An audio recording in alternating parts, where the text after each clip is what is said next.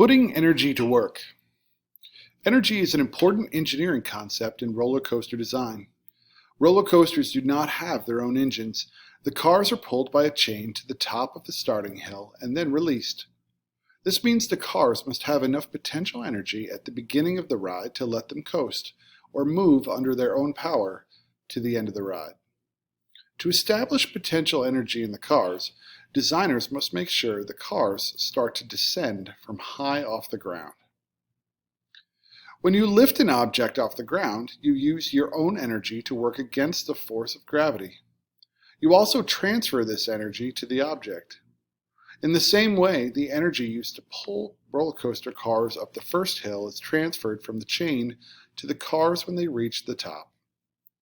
Potential energy is the weight of an object multiplied by its height. The higher off the ground an object is, the more potential energy it will have.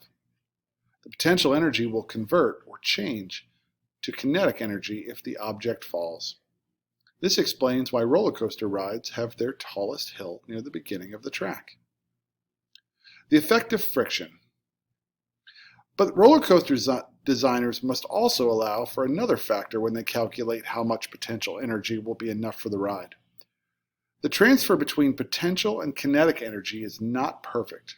A force called friction also takes away some of the car's total mechanical energy during the ride. Friction results from objects touching as they move past each other. In a roller coaster ride, the friction occurs between the car's wheels and the surface of the track. The mechanical energy taken away by friction does not disappear. Instead, it gets transferred from the wheels to the track as thermal energy or heat.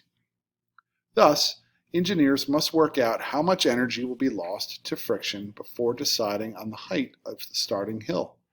They must also make sure every hill along the track is small enough so that the kinetic energy of the cars at the beginning of the hill is enough to move them over the top. As cars move up and over one hill, they have little less energy for the next one because of friction.